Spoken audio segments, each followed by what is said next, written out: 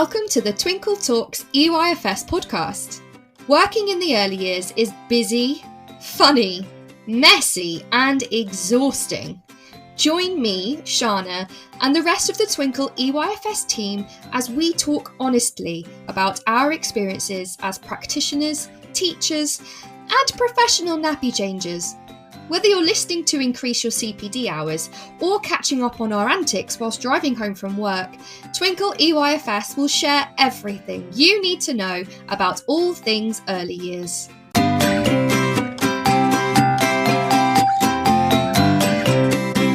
Hello, wonderful listeners, and welcome to another episode of Twinkl Talks EYFS.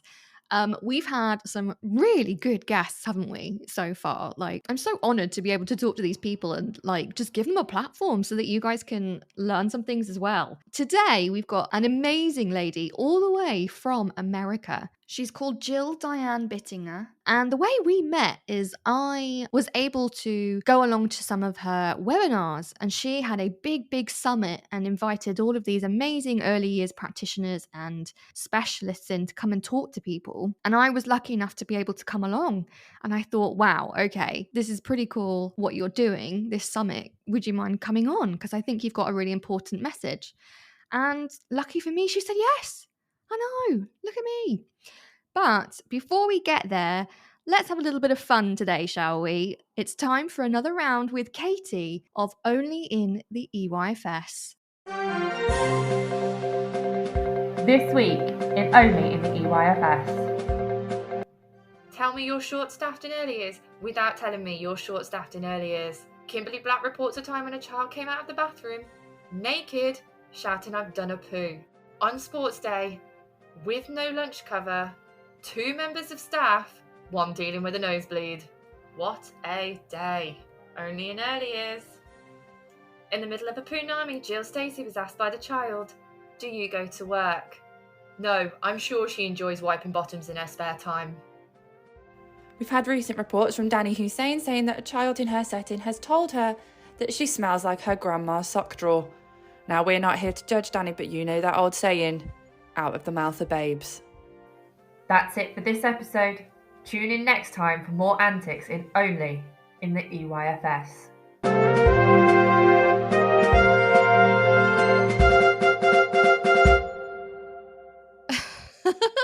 Oh dear. Do you know, I never get tired of this segment.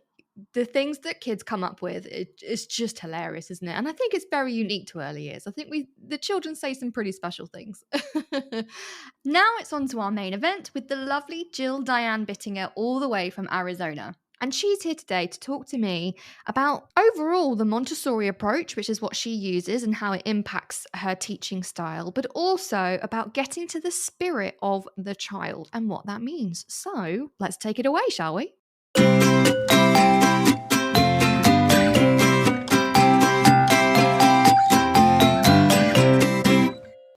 Hello, Miss Jill Diane Bittinger, all the way from Arizona. We are so honoured to have you on our podcast. Thank you so much for joining us. I'm so happy to be here. So we have asked you to come on today because, again, the beauty of LinkedIn has just been amazing in terms of connections. And I was lucky enough to attend one of your early years summits, which was free, which I thought was also crazy. And you introduced me to all these different amazing practitioners from across the world. And you have a lot to say as well, most prominent for today's episode, about aspects of the Montessori approach and something that you call the spirit of the child, which I'm so intrigued about. But before we get there, could you please tell our wonderful listeners about yourself, about the work that you do, and also your relationship with the education sector? Oh, these are such great questions, and I'm really thrilled to be asked. I care deeply about education and feel like that really is the way for transformation of our planet. At this time when there's so much intensity going on, there's lots of bad news, but there's also the good news of people awakening and realizing that, gosh, we really only have this one planet and we are going to have to figure it out as a world people. And so to get that global consciousness, education is the way. And my summit was called Empowering Educators. and transforming learning environments through uniting mind, body, and spirit. I was excited to bring in different educational leaders from all over, including many major names in Montessori. For instance, Gavin McCormick was one of our bonus speakers, and I just follow him and am so impressed with what a global vision that he has. Val Alino also. Then you brought in the world leaders that are paving the way through social and educational coherence in the classroom, Jenna Moniz, and so many, and integrating nature.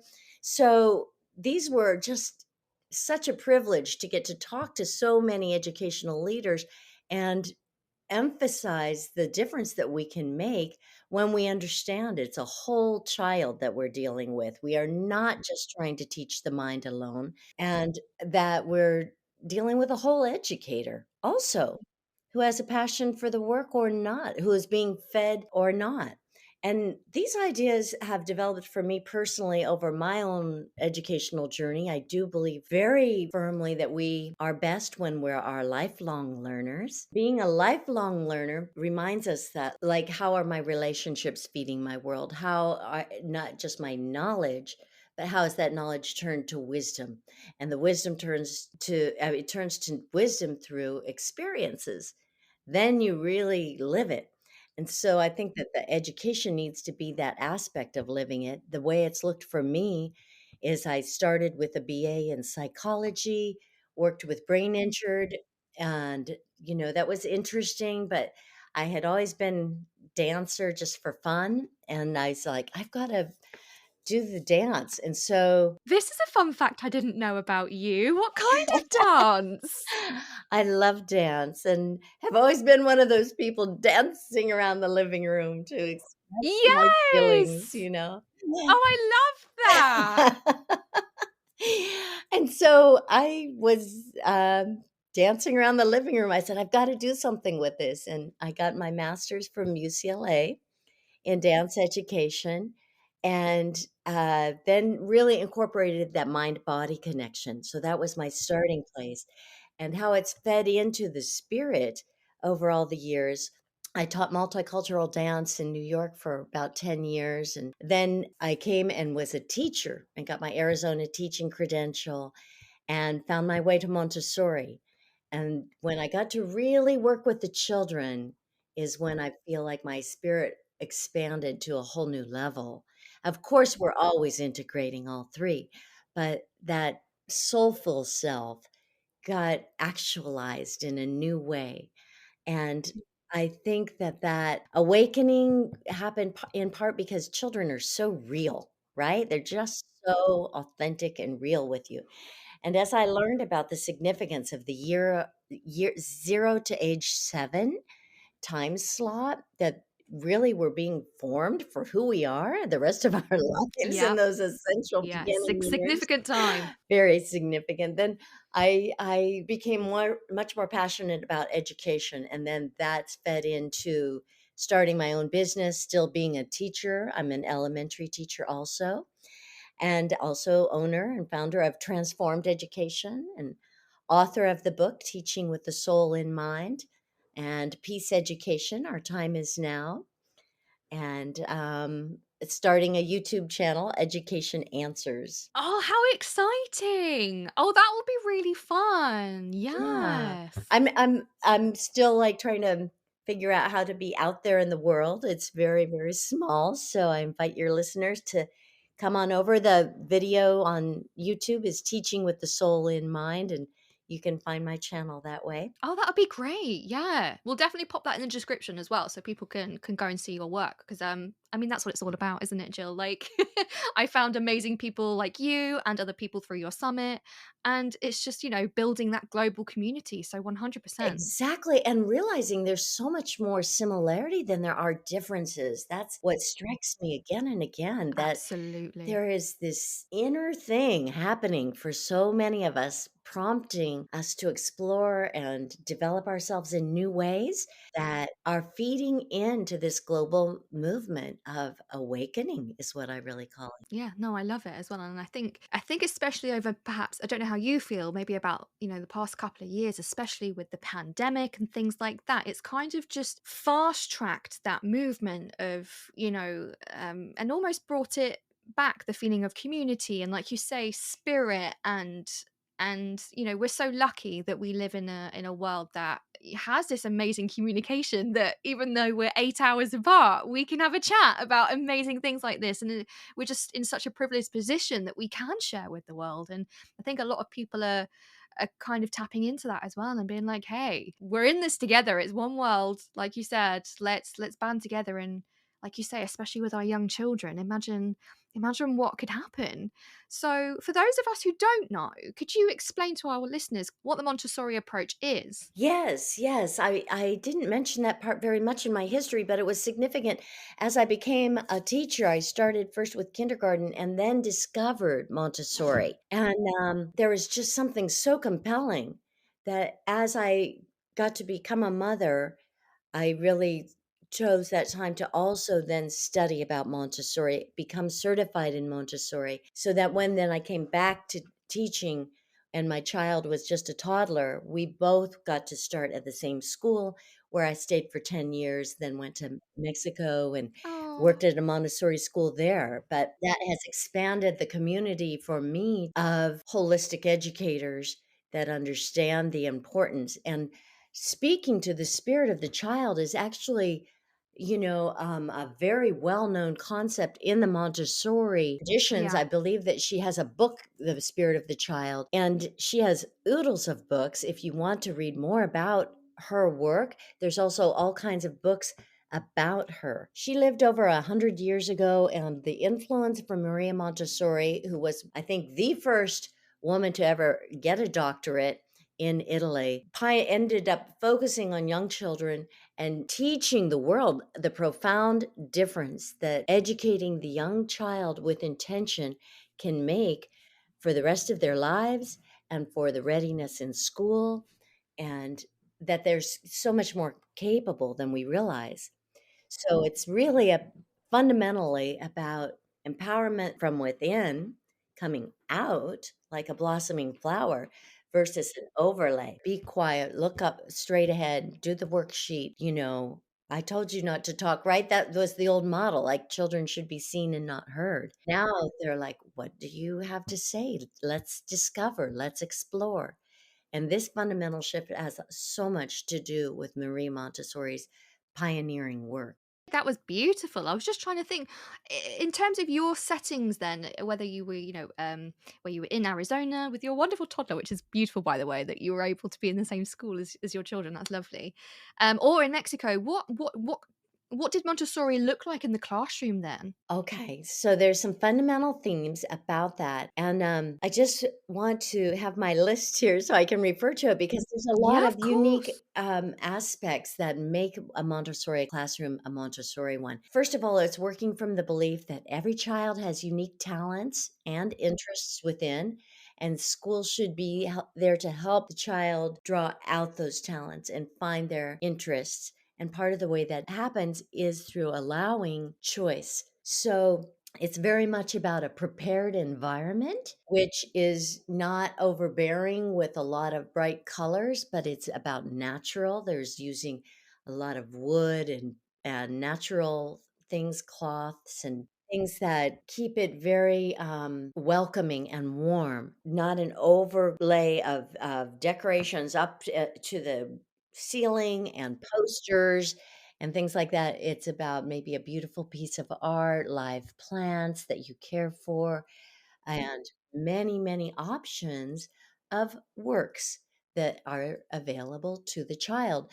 Those works are intentionally named as such, which are works, because the idea is that the child's work is as important to the child as the adult's work is to the adult. And you Absolutely. go and you get invested and invest yourself fully all day in different works of your choice that you work on as long as you want within this 3-hour period of focused. So you really are aiming for a 3-hour period where you get to have your snack, you clean up within that time, but of extended focus. It's about how can we cultivate the focus. So rather than just artificial bling, ringing the bell, ringing the bell, ringing the bell, it's about allow the differences of child focus time, depending on the age, in terms of letting them choose their work, bring it to the table or to the rug. Lots of work happens on the floor, always within the capacity of the rug that you've rolled out to indicate this is my space, and focus to your heart's content. Of course, there's still lunch times and everything like that, but focus deeply on that and then put it away correctly. A place for everything, everything in its place. Very organized. And the way that that stays organized is that you choose a work after you've been given a lesson. So that lesson can come from a teacher or a guide, is what they call the leaders in Montessori, or from the assistant, or from an older child. So their age groups of 3 year spans, like primary is ages 3 to 6, and that's where I first started my Montessori path. And then they group them 6 to 9. There also is increasing awareness of 0 to 3 as an age group where many Montessori classrooms focus just on that toddler and infant realm. But these different planes of development each have within them their sensitive periods. And so as the child is at that sensitive period, let's say for writing, there's a natural urge, a natural desire to write. And so you'll have an easel, so your movements can be big and start out with big movements that then come down to smaller and smaller articulation of the hands. And those muscles can be developed not just through put the pencil and trace these letters, but use a tweezer and take a pom pom from one bowl to another. Use chopsticks with the child handy plastic thing that helps them out and connects Yeah. them.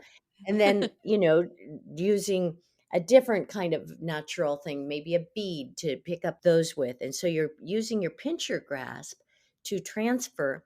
And those kind of works are called practical life. So we want to learn how to use chopsticks. We want to learn how to maneuver our fine motor skills well. And those come through practical life. Starting out with a big movement like scrubbing a table, always remembering, wipe it down. They go get their own water, they dump out the dirty water, they know where the clean rags are. Or if there's a bowl of peas and you pour them out onto the floor, and then sweep them all into the middle square that's designated with tape. Then from there, you use the dustpan to sweep it up all the way.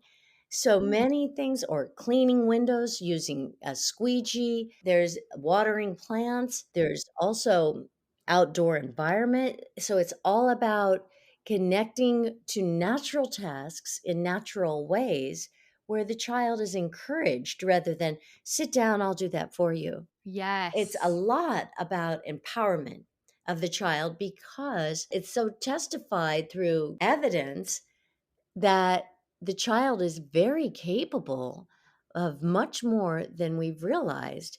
And especially when empowered to see that in one another and encouraged, like, oh, do you want to work on this together? You can work in partnership. Then they are learning so much from each other. It does not have to be a top down model of teacher transmission to a blank slate. It's very much about activating what's within and trusting that inner spirit to want to express itself, to be ready to express itself, and have the means to express itself, and be curious rather than just dominating as an Yeah. adult. Gosh, it's really interesting actually when you go into, the detail of what it looks like in the classroom, because it's those things that you probably wouldn't think about, like, oh, we're going to make a piece of art today with the children, but no, I'll set up the paint, I'll set up the table, I'll do this, because you're a teacher, that's what you think you're expected to do. But actually, in the Montessori approach, you're involving the child in the entire process in the decision making. Well, actually, do they even want to paint at all? What are we going to do today? Okay, they've decided they want to paint. What are they going to paint? What can we expose them to give them inspiration? Where do they draw their inspiration from? Okay, well, what do we need? Okay, well, how are you going to go and get that? And like afterwards, I'm definitely guilty of this as well. Sometimes it's just easier. It's just easier just to clean it up myself. Do you know what I mean? Okay, it's just easier. Okay, I've got 30 odd kids, like they're 3 years old, and there's a mess. I'm just going to do it. But the intent, the purpose there, like you say, is actually those life skills are just as important, if not more important, than the actual task itself in a way. There's so much learning going on that we take for granted and sometimes don't even allow the children to do, actually. And what you're pointing out about, the management aspect is valid. And a lot of adults feel that way because, like, I can't even imagine just letting them have that much choice that we're talking about, right? Like, I've got to Yeah. keep control in this classroom. But part of that shift is from whole group learning to individualized learning. And so you set out the tools slowly, you introduce them. The whole demonstration, the modeling is very important part of giving a lesson, which allows them then to choose that work. So it begins with just establishing, if you're working on the floor, for example, then you're going to roll out a rug. And so that rug is supposed to be neatly rolled. You take your time, you pinch the edges, you roll, you check the edges as you're rolling it. The modeling has been slow about how to roll the rug. And then every time before you can go on to a new work, then you have to roll up that rug or clean up the work that has been at the table. And so this establishes a kind of slow methodology and orderliness from the beginning. How do you carry that tray? You carry it with the two hands, you bring it back to the same shelf place that it was. Mm, And that way you're not trying to organize, 25, 3-year-olders, which definitely you do need to have pre-cut things and all of that if it's going to be that kind of whole group instruction. It's not that it's never without whole group instruction, but the Montessori idea is that, okay, this child, let's say, is going to do art because he or she has chosen to go to the easel. Do you want to work with the watercolor paints? Here's the watercolor paint tray. You know you need to go over to the sink and get some fresh water. When you're done, you take that container over, you empty it out to the sink, you rinse it out, you put it back, and you put your paints back on the shelf where they were. Or do you want crayons? Here's where the crayons are. I'll get the crayons. And so it's working with that individuality from very young. And the other ways of doing that are about making sure that they are seeing it modeled from the older students within the classroom. As a younger student, you're seeing that demonstration, you're empowering the young ones. So ages 3 to 6 in the US, we call that older grade kindergarten. They often start to get pulled out into regular schools by the time kindergarten's coming in. There are increasing number of Montessori schools, but the idea is that by the time in an age group of 3 to 6, that you are a leader in that particular age group. And even with the very young, let's say 0 to 3, if they're, noticing like, wow, Johnny is standing up and walking. I think I'm going to try that. Then there's that natural example that is being set by somebody that's so relevant to your age and stage that it catches your attention in a different way than, just like, now stand up and, yeah. like forcing walking. It motivates, it inspires. And how do we learn? Motivation, being inspired, that's a big piece of it. Yeah. It's amazing, isn't it? I feel like even some aspects of techniques that you're talking about, a lot of teachers in England are actually kind of incorporating those kind of styles anyway, which is really affirming to hear, especially about, like you say, the independence and the ownership and taking care of things. And, they are humans at the end of the day. So we should be treating them as such, and they should be learning, like you say, practical life skills, not only for their academic benefits, but for life benefits. They are going to have to use these skills later. So we should be teaching them as well, which is amazing. And from what I know about you and have been following you, you do your own work beyond the Montessori approach. So how does the approach inform the work that you do with children? Well, I've gone up to older. I went to elementary in the Montessori. And so there's junior elementary, ages 6 to 9, and then senior elementary, 9 to 12. I went up from primary up to elementary and learned about cosmic education. That one is really interesting. It's about the Ooh. idea of giving the big picture, starting young with a understanding, like we all live in the universe, we all live in the Milky Way galaxy, we all live in the solar system, we all live on planet Earth. There's a song for this. Then on what Ah. continent you live, then on what state, then on what, city, what school. And it finishes with we all have inner energy. And this inner energy is part of the way that you make manageable the classroom. And so these key concepts that I've learned and cultivated in Montessori, I'm really interested in expanding them to larger circles of educators so that we can get these principles. One of them is that a lot of times in traditional classrooms, all right, now let's be quiet. Our voices get louder, right? Yeah. And especially the more that we want to control. Whereas if you cultivate self control, then actually we find we really honestly like calm, Mm. and you can model a whisper voice. And if you don't want a, quiet classroom, it's much more like a quiet beehive with buzzing and just doing their activity. But as we learn a quiet voice and we establish that quiet practice, then children honestly really want that calm.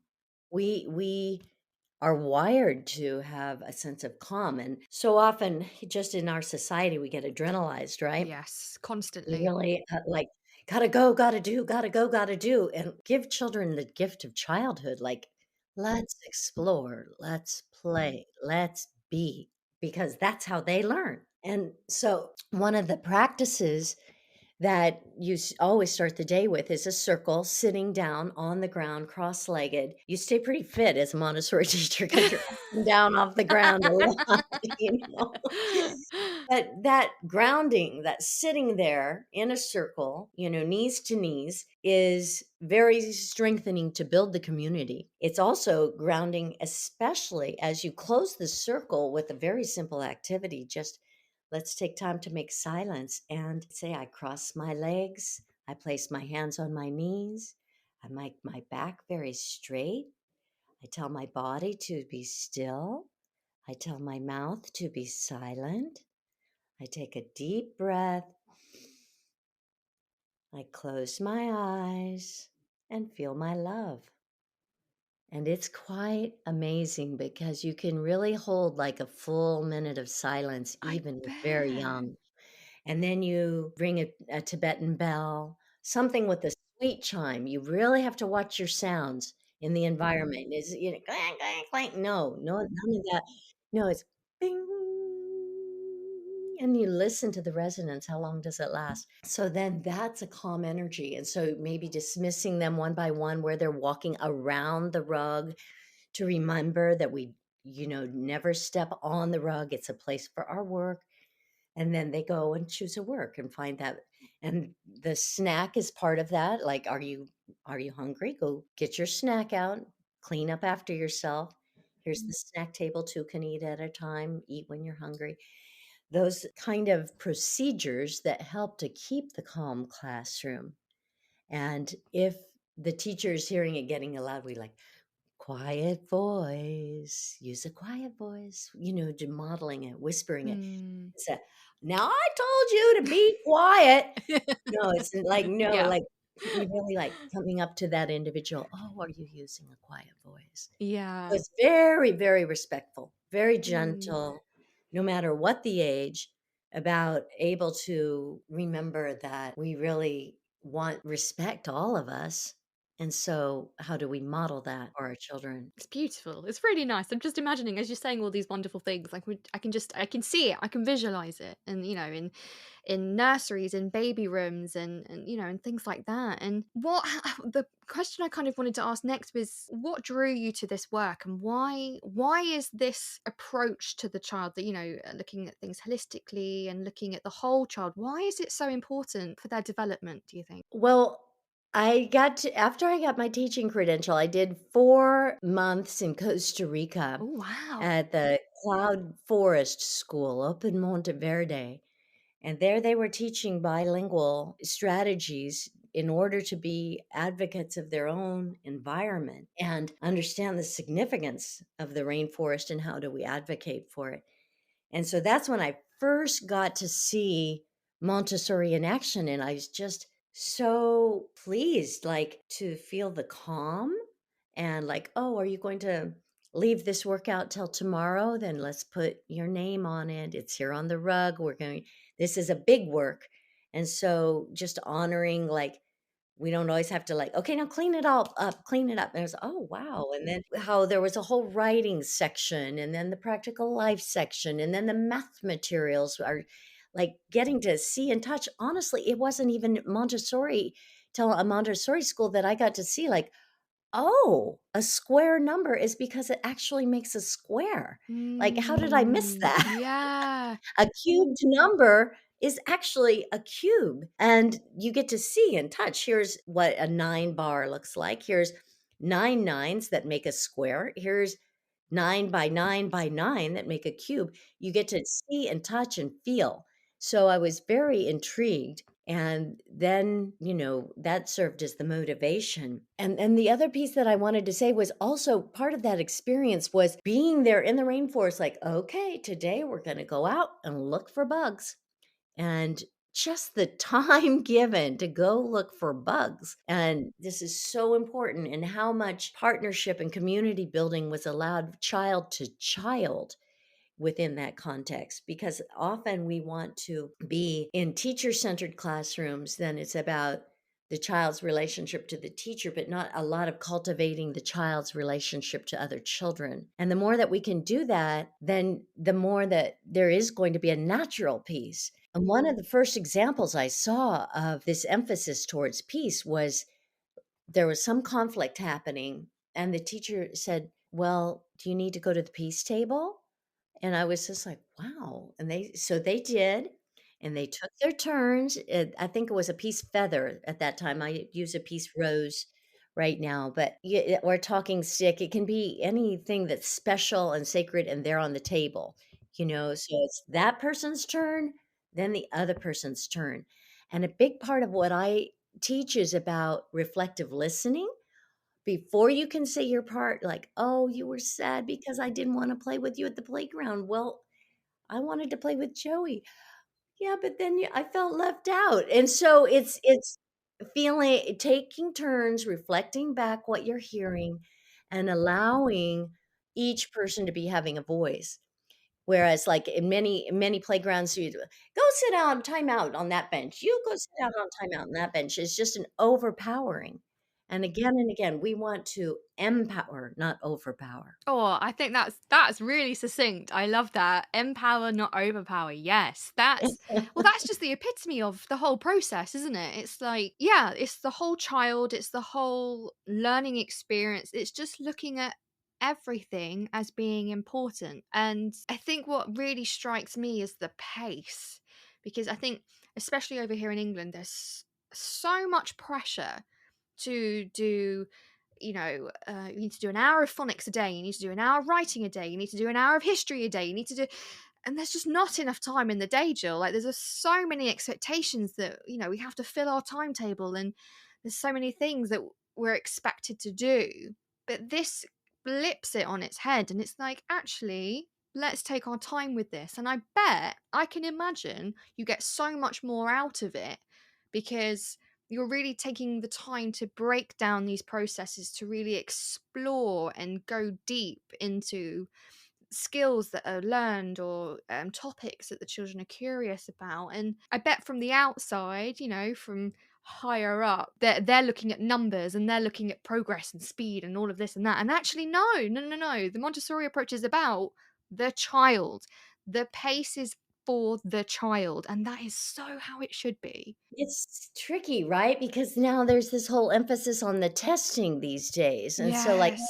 well, is it translating to high numbers on the test? And so, there is that piece in the US too, that like, how do we make sure they know how to take the test? How are we addressing the test issues? It's can be fundamentally different. But if you look at it, like, what are some of the problems that we're having with our teens? Well, if you're overpowered and manipulated and really pushed in those younger years, it doesn't matter if you like it, just do it, like, where is the love? How do we cultivate the love for the self, where the love for each other, the love for the work, the love for life? If it's just been do it, do it, do it, and a sense of overpowering, then that in the teen years is when there's the pushback, the disenchantment. Well, now I'm big enough that you can't just, boss me anymore. So if instead we're like, what do you think? We need that leadership. Then in the teen years, we're cultivating them to be like, have a voice, have a lead, and make a difference, because we clearly need many differences made in the world, right? Yeah.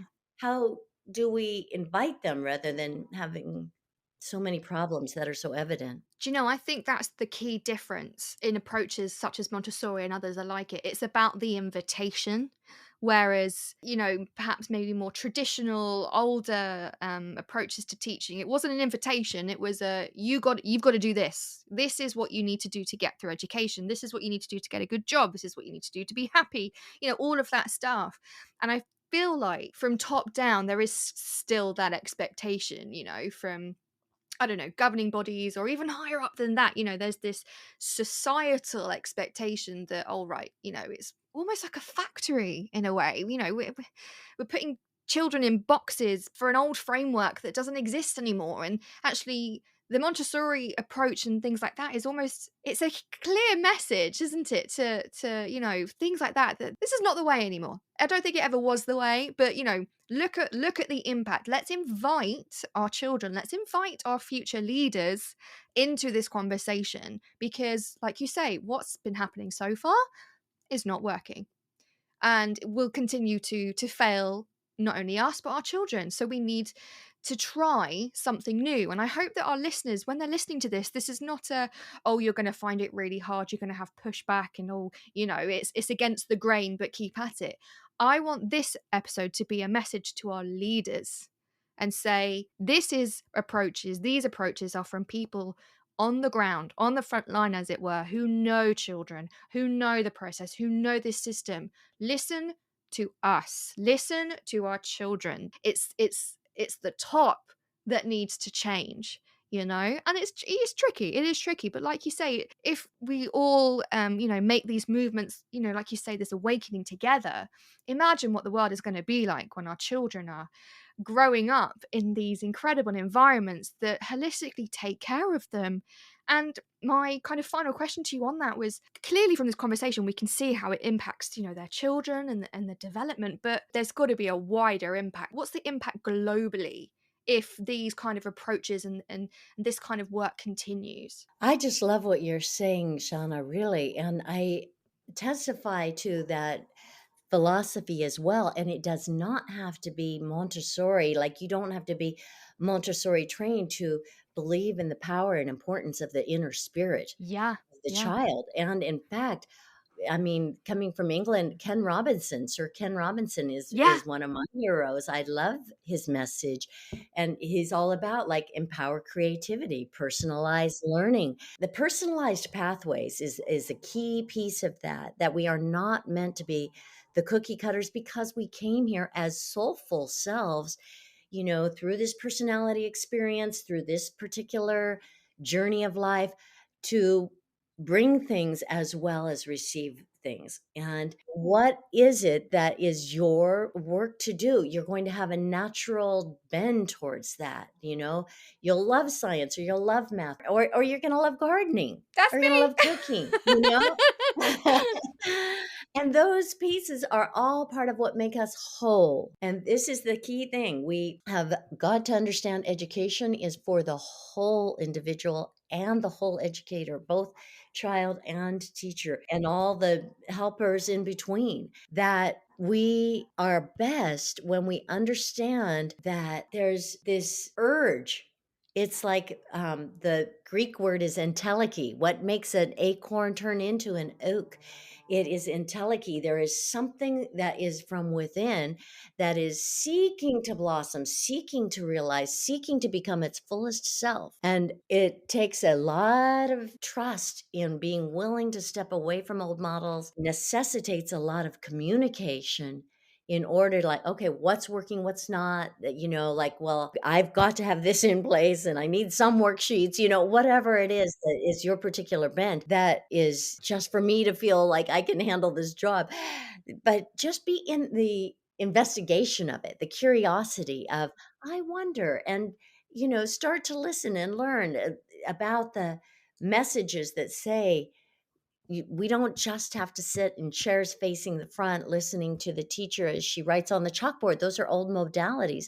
And we have come a long way. They used to, you know, slap your fingers with a ruler stick. So we are making progress. And just let's keep doing that. Yeah. And I think what's really pretty about it as well is while you were talking, it's just that realization that using the Montessori approach, it means that every setting is different because it's all about, you know, the unique child, which means that, yes, of course, they're all going to have the same approaches and, you know, core values, but the content, the things that all of the children will be doing in every setting is going to be unique to that setting. And I think that brings a lot of freedom to practitioners as well, because you know at the moment it's you have to do this and everyone has to do this and you all have to be good at this and you have to get a certain percentage of children at this, and it's actually, well, no, hang on, that's not true to life. I've got a child who's incredible at this, so I'm going to help them do that. And you know, there's a child who's got a gift here, so we're going to cultivate that one. And you know, of course it doesn't mean that we're going to, oh, okay, they're not great at this skill, we're going to leave that. Of course that's not what it means, but it just means in terms of how we get to grow our children is also about us as well. And that's really lovely, because if everyone has the same experiences, life would be very boring.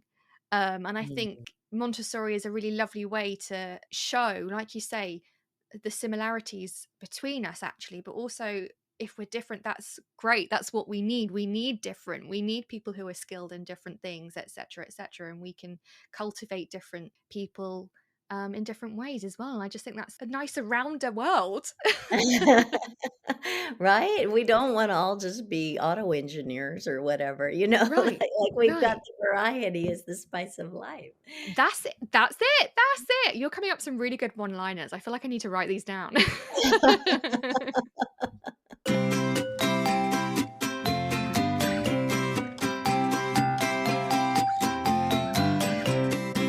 But we're really quite blessed as well, because we have had some questions from our listeners who are just really interested in the Montessori approach and also the work that you do. So, one of our first questions is there a noticeable difference between school starters who have come from a Montessori background to those that haven't? Absolutely. There's an engagement level that's very much wanting to be activated and invigorated through the school setting. There's also a desire for more independence, you know, which could be challenging to some teachers, but there's ability to trust their own thought. This is interesting to me, like, let me pursue it versus having to, you know, just sit down and I don't know, be spoon-fed. It's about wanting to investigate and finding it for its finding out the connections, being involved in that process. There's also just a tremendous amount of, maturity, honestly. If that child has been watching a lot of animation and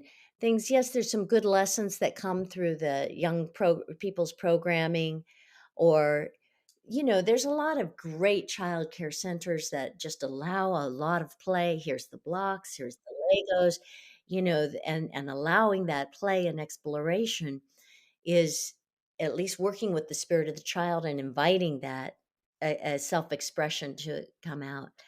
But one of the things that's really noticeable is like getting to play and touch with basically base 10 blocks, so you have one tiny cube up on top and the big base cube on the bottom. That's the pink tower, which is a fundamental piece of a Montessori classroom, or with round stairs.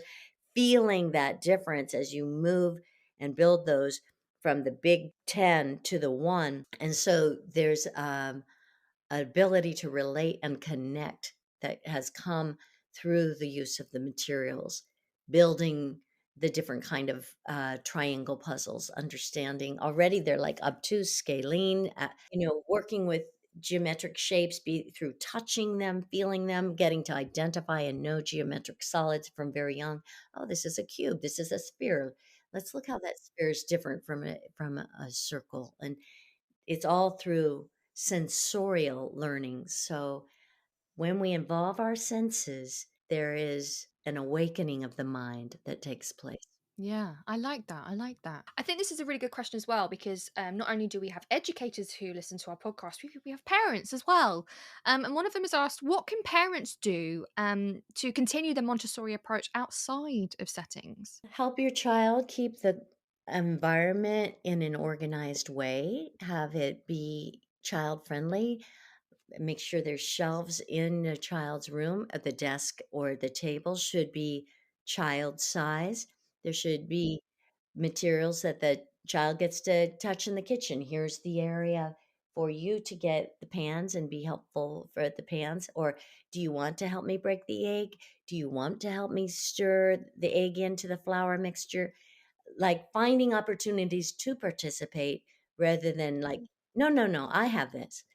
Like, okay, invite. And yes, it takes a little more patience. Yes, maybe it's sloppy and sometimes, but beyond the sand, move them into real life opportunities to cook and mix and things like that, where of course it's monitored in the real kitchen, or that here's your play kitchen that is as important to you as my big kitchen is to me. And I understand, like the need to take it seriously. I don't trivialize it with my words. Yeah. Oh, I love that. I love that. I just imagined like just little children just cooking alongside their mums and dads and their families. Oh, I love it. Yeah. And that's really good because it's almost, like you say, you teach practical life in school. So there's the opportunity to keep practicing those skills at home because home is practical life, isn't it? Like you say, helping do dinner or, help your big sisters and brothers and siblings with doing the washing up or, washing your clothes or washing the car. Yeah. Loads of things that they could do, which is lovely.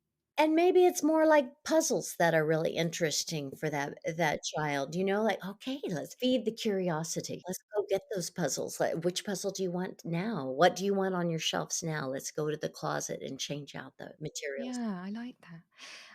Yeah, and we've got one last question, which is, I think, something really important to consider. What other things for reception teachers to consider when receiving new starters from Montessori? I think even mainstream teachers are awakening to the necessity to nurture the inner spirit. So it's really about being willing to ask more questions than just always tell you how to be, tell you what to do. Just because you're the biggest adult in the room doesn't mean you get to be the biggest boss.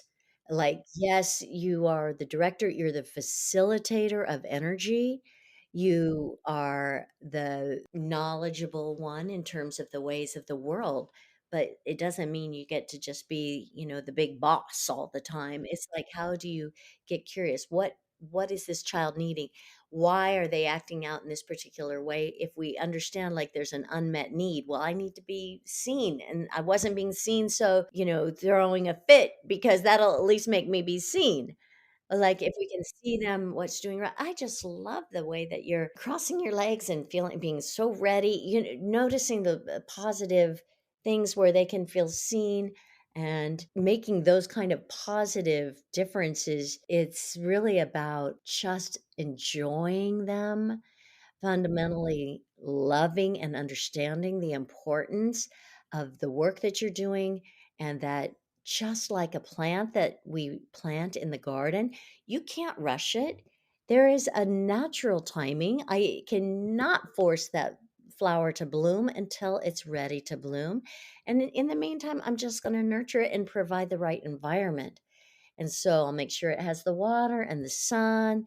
And when it blooms, it blooms. I'm going to trust that there's a blooming process happening in its own time and not get my frustration on top. Why will that flower not bloom? You know, Yeah. like, Do you know, it's really nice, that analogy. You know what it reminds me of? I can't remember. It must be a quote from something that I saw, but it was, if your flower doesn't grow, you don't change the flower, you change the environment. And I yeah, think that's kind of like a nice way of, looking at, just because, say, for example, a child comes from a Montessori setting and you're not. That's okay. As teachers, as early years practitioners, we have to adapt anyway. And what can they bring? What can they bring to their new setting that's really going to benefit everybody? Like you say, children are not blank slates. They are not blank slates. They come with so much that they can offer the world.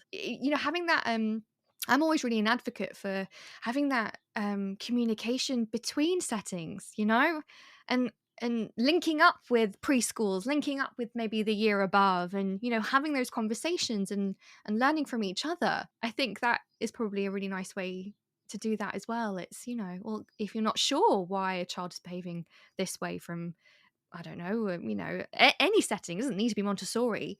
Go and collaborate with the preschools. Go and have a day together where you get to share learning, you get to share spaces. And I know that's not always possible, and it is quite tricky. But if there is a way that we can expand and make an early years community with different settings, I think that would be beneficial for everyone. yes. And the thing that you're also speaking about is communication.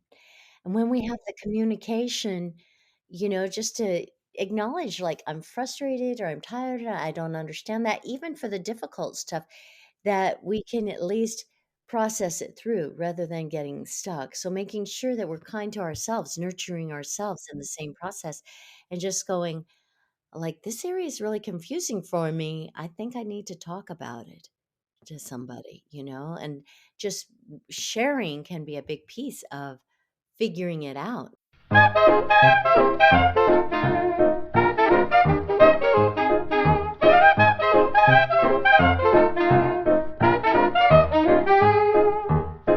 Thank you so much, Jill. Oh, it's been lovely talking about this.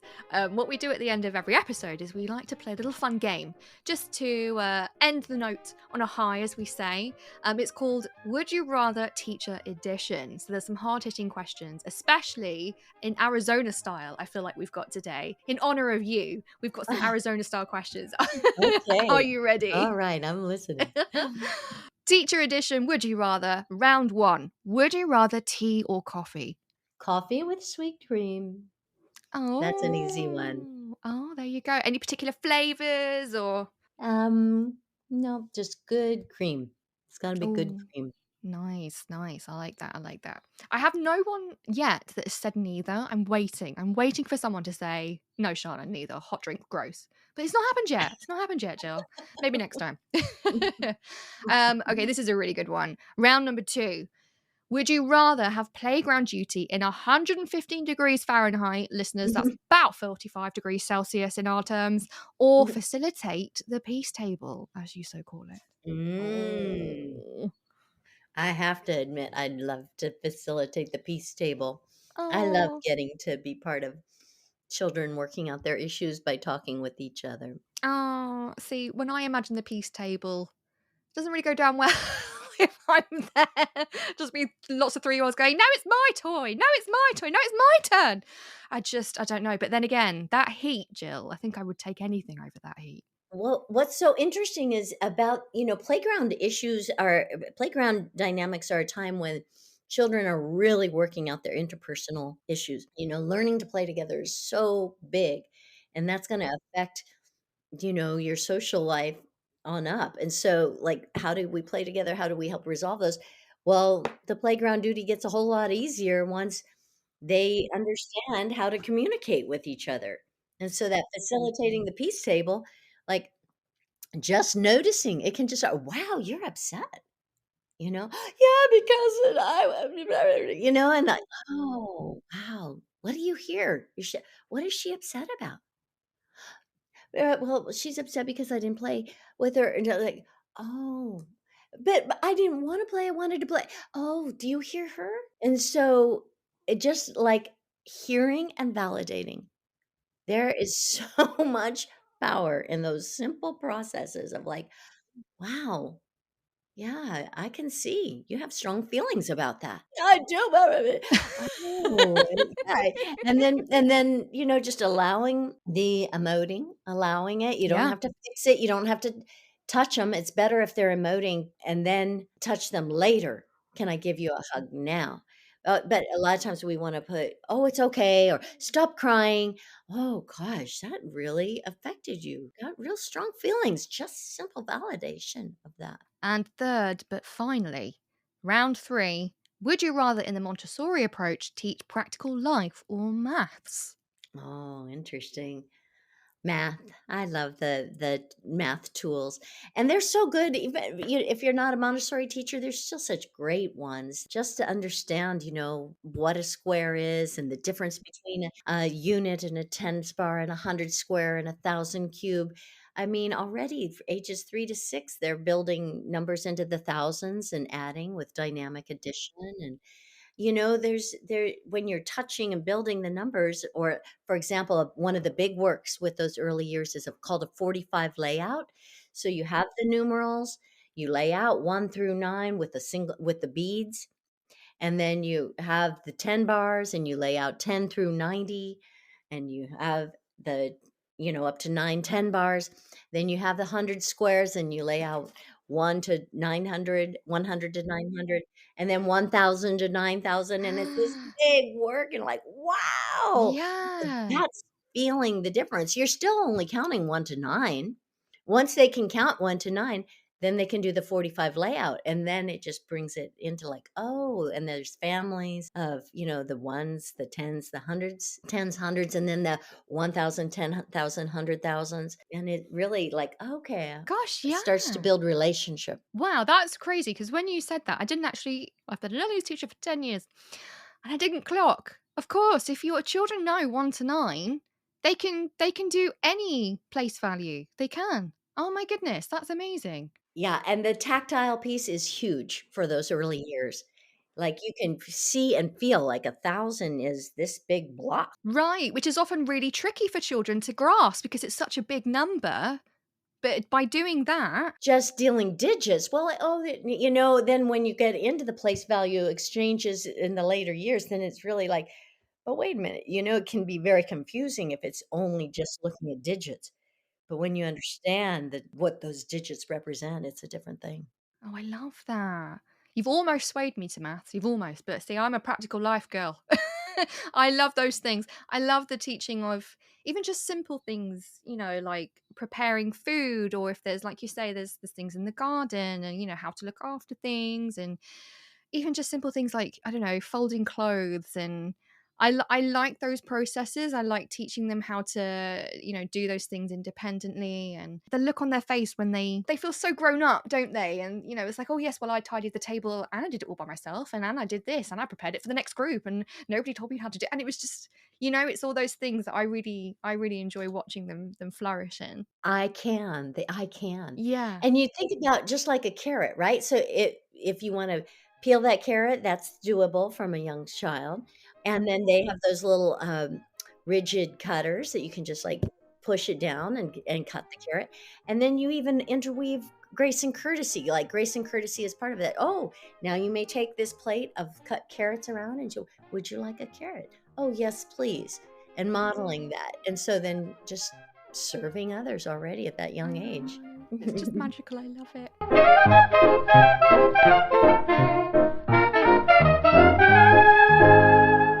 Jill, this has been such a lovely chat. Thank you so much for joining me. We've learned so much in this episode already, which is great. But if our listeners want to learn more about you, learn more about the work that you do, where can we find you? Transformed Education is my website and my business, and it has the links to my other things there. Or LinkedIn, I'm going to give you the channel for that. I've started a Transformed Education page there. Jill Diane Bittinger on LinkedIn and Facebook. I have a page there. Instagram at Jill Diane. But transformed education is the one where I'm trying to work my ideas into the bigger thing. And I just want to say, Shána, thank you so much for your support, your enthusiasm, the work that you're doing in the world. I love how you're empowering educators through the Twinkl vision and Oh, just really helping unite, the global community. You're doing a oh, wonderful service. stop. You're making me blush. Stop, stop. But it's what it's about, isn't it? I just, it's just that feel. I've been in the job long enough. I know what it's like. You know what it's like. So let's bring people together and help other educators and help our future, right? There's just so much love. There's just so much love in the early years community. Let's make it global, like you say. Indeed, it's true. There we are. Amazing. Right. Well, Jill, you've got a jam-packed day ahead of you. Listeners, there's an 8-hour difference. So Jill has been so kind enough as to get on on our recording studio at 7 a.m. her time. I feel awful. She's been incredible and she looks amazing. She's ready for the day. But thank you so much, Jill, and have a wonderful day. And I look forward to seeing all of the things that you get to do next. Indeed. Thank you. And I look forward to staying abreast of your wonderful endeavors. It's so much fun to be part of it.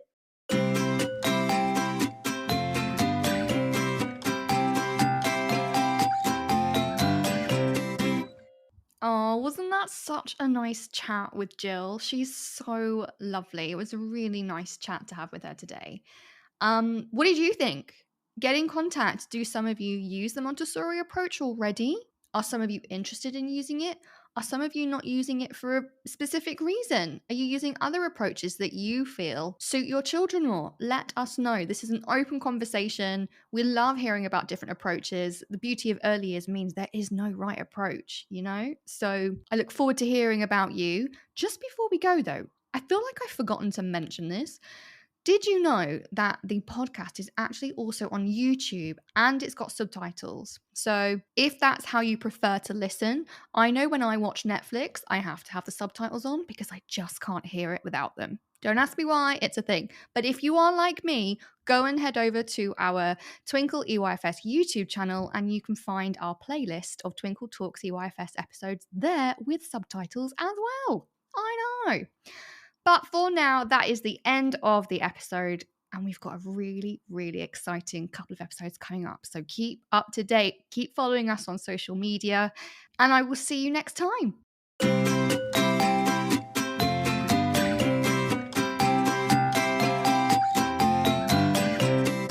So that's it from today's episode. Thanks so much for listening, and I hope you really enjoyed it. If you would like to get involved or would like to know more, come and find us on our social media sites. We have a Facebook, Instagram, Twitter, Pinterest, and TikTok account. All of the details will be in the description. And whatever you're doing, I hope you have a great day today.